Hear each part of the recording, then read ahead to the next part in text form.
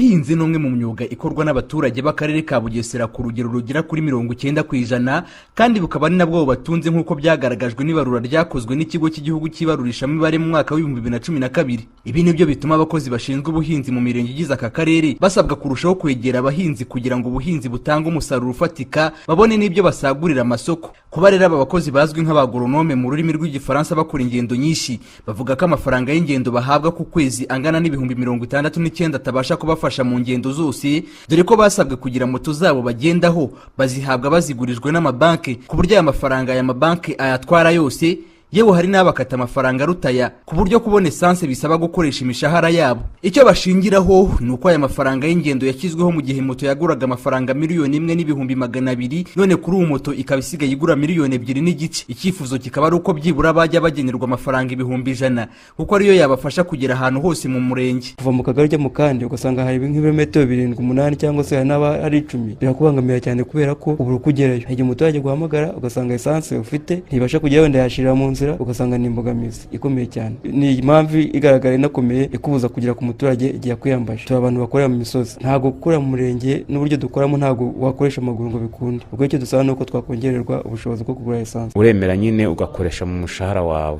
urumva yuko biba biri kutubangamira. Namusamari ikiri 69, moto igura 1,200,000, ubu moto iragura 2,200,000. Iyo wapfushaga moto kongeraho kunaya essence itari ihagije hakajyaho na entretien, urumva ko habaho kwikora ku mufuka. Urakora nk'iminsi nk'ingahe essence yawe igahita ishira, ugasanga amafaranga yashize, bigasaba ko wikora ku mufuka kugira ngo ugure essence ubashe kugera ku kazi. Ugasanga rero bibangamira umuntu mu bushobozi aba afite n'ibindi bibazo umuntu afite akoresha mu mushahara. Kuri iki kibazo ubuyobozi bw'akarere ka Bugesera buvuga ko bugiye kukigaho bukabiziza ko buzabaha igisubizo cyiza, nubwo budatanga igihe nyirizina buzabahera igisubizo nk'uko bivugwa n'umuyobozi w'akarere ka Bugesera Nsanzumuhire Emmanuel. Abagoronome ni abakozi nk'abandi bakozi b'akarere.